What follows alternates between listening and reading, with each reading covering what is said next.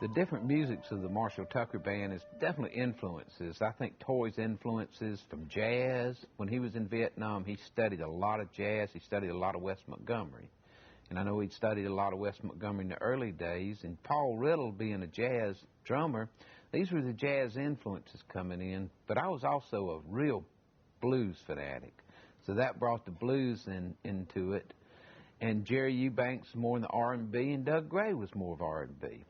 So that brought the R&B into it, and me and Toy both were raised on listening to WLS in Nashville and country music. And I mean, I'm a real big fan of Hank Williams, Bob Wills, and all the early country music. That's not saying I'm not a fan of today's country music, but that's how I was raised, and Toy was raised listening to country music. And I think that's where our influences came from. And that band definitely had no one set style. That's one thing you can say.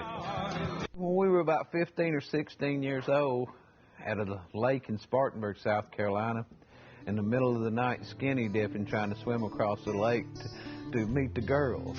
They were on the other side of the lake, and then we ended up burning the cabin down, because it was real cold. So we decided we were going to light a fire, but and it ended up burning the house down. And that weekend was probably one of the fondest memories we ever had together. That was great.